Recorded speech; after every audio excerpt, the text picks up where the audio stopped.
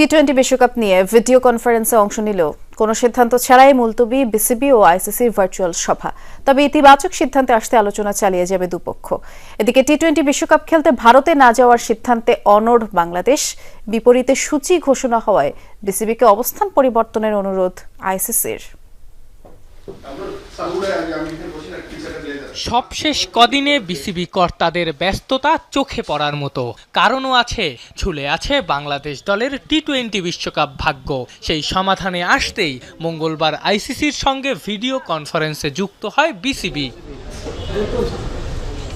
বিসিবির পক্ষে সভায় উপস্থিত ছিলেন সভাপতি, দুই সহসভাপতি, ক্রিকেট অপারেশনস চেয়ারম্যান এবং সিইও। সভায় বিসিবিকে তাদের সিদ্ধান্ত পুনর্বিবেচনা করার অনুরোধ করলেও আগের অবস্থানেই অনড় বিসিবি, অর্থাৎ ভারতে খেলতে না যাওয়ার সিদ্ধান্তই ক্রিকেট বোর্ডের। আমরা যে স্ট্যান্ড নিছি ওই স্ট্যান্ডে আমরা ঠিক আছি।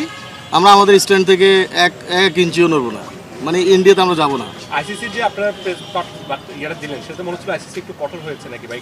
না, কোনো কঠোর না, আমরা আমাদের কথা বলেছি এবং তারা অল্টারনেটিভ খেয়াল করছে এবং আলোচনার পথ ওপেন আছে আর কি। পজিটিভ, বাংলাদেশ পজিটিভ অবস্থানে আছে।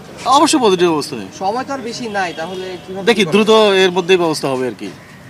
আর আলোচনা শুরু হলো, তো ডায়ালগ শুরু হলো, দেখি কি হয়। বাট আমরা আমাদের অবস্থানে আমরা স্ট্যান্ড করেছি।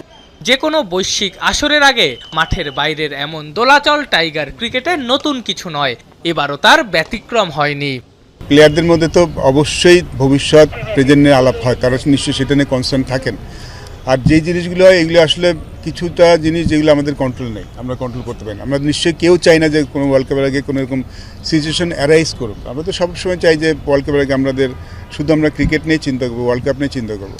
বাট যখন এরকম হয়ে যায়, আমার মনে হয় যে প্লেয়াররা তো যেহেতু এর আগেও হয়েছে এবং তার কিছু রেজাল্টস তো সামটাইমস আমাদের ভালো আসেনি। বাট এই মুহূর্তে মানে প্লেয়াররা সেখান থেকে অ্যাজ এ পার্সন আমি পজিটিভলি চিন্তা করি।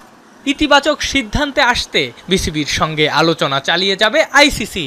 এ সপ্তাহের মধ্যেই আসতে পারে সিদ্ধান্ত। আফনান পিয়াল, যমুনা স্পোর্টস, ঢাকা।